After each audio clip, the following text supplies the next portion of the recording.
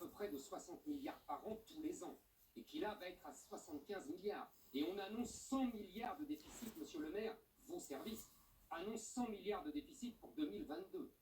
Qu'est-ce que ça fait, ça? Ça veut dire que la France n'est pas compétitive. Ça veut dire que la France est en déficit avec tous les grands pays, sauf l'Angleterre.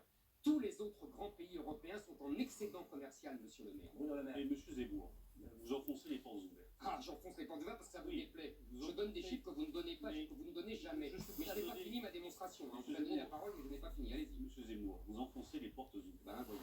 Et contrairement à vous, je ne nie ni les réalités ni les vérités. Moi, je ne nie jamais les Que réalités.